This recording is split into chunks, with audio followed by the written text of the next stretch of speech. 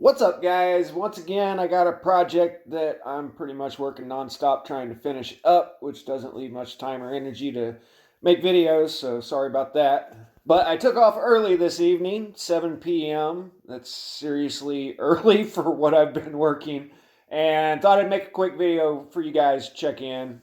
Until my Patreons, I'll actually be back to making videos at some point here soon. I'm almost finished. And I hope this microphone doesn't suck too bad. It's the best I can do at the moment. So, everybody's heard of Port Royal, the pirate city, Pirates of the Caribbean, and whatnot. Well, it turns out that it slipped into the sea one morning in 1692. And this is actually a pretty interesting little piece of history when you think about it. Now, this is a bay on the edge of Jamaica. And by the late 1600s, they say it had become one of the largest European cities in the New World, second only to Boston. It also became infamous home of pirates, sex workers, and Englishmen on the make, as well as a large hub for buying and selling people to work on plantations. Now, just think about that. This had a world-around reputation for debauchery and hedonism, so naturally it became the second largest city in America. Then on the morning of June 7th, 1692, a massive 7.5 magnitude hit the island, and the city, largely built over sand, suffered instantly from liquefaction, with buildings, roads, and citizens sucked into the ground. Geysers erupted from the earth, buildings collapsed, and finally the city was hit by tsunami waves dragging what had not been destroyed out to sea. In the end, some 33 acres, 33 earthquake machine, disappeared under the water. 4 of the 5 forts were submerged and 2,000 people perished.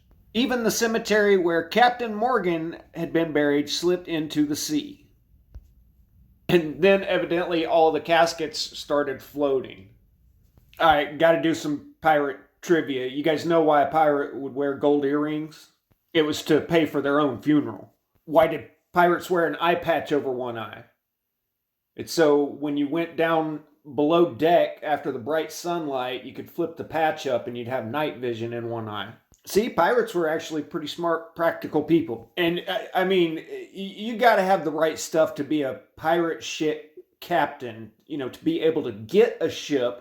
I mean, this is like having a Fortune 500 company today that uses cannons to merge with other companies. And most of the pirates were privateers. They were sanctioned by one government or another to attack other people's merchant ships. So this would have been an interesting city, full of type A personalities that are completely hammered. They say even before the earth stopped shaking, locals reported that the looting began.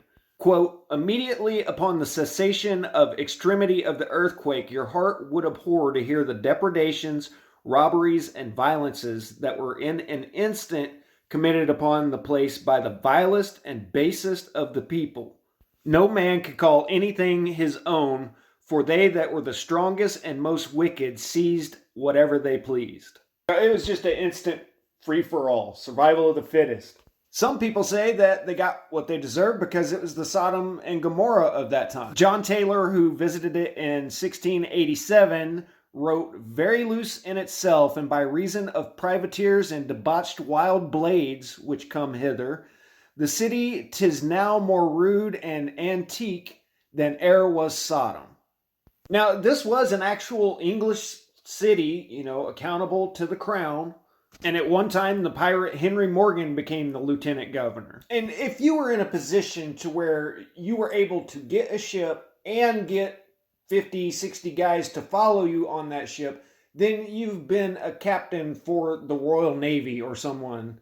So probably not too much of a surprise that it made a pirate lieutenant governor. But, a large portion of it slipped off into the ocean and a bunch of people got new beachfront property.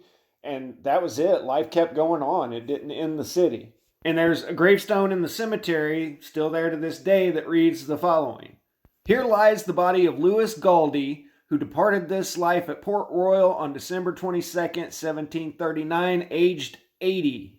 Quick side note, I read about all kinds of people in history that lived to be 100 years old without modern medicine, so just keep that in mind when you start getting older and the doctor says you need to be taking this and that and that. Anyway, continuing. He was born in Montpellier, France, but left the country for his religion and came to settle in this island where he was swallowed up in the Great Quake in the year 1692, and by the providence of God was by another shock thrown into the sea and miraculously saved by swimming until a boat took him up. He lived many years after in great reputation, beloved by all, and much lamented at his death. So he was the most righteous religious person in the most wickedest place in America. Okay. It seems like if you were leaving the old country for your religious beliefs, you might aim for somewhere like Plymouth Rock and the Quakers or somewhere, and not the most wicked city on earth. But hey, who am I to judge? Anyway, I just thought this was an interesting little story. Thought I'd pass it along. I'll be done with this project one of these days and finally have a life again and make some more videos. So I'll catch you guys later. Static out.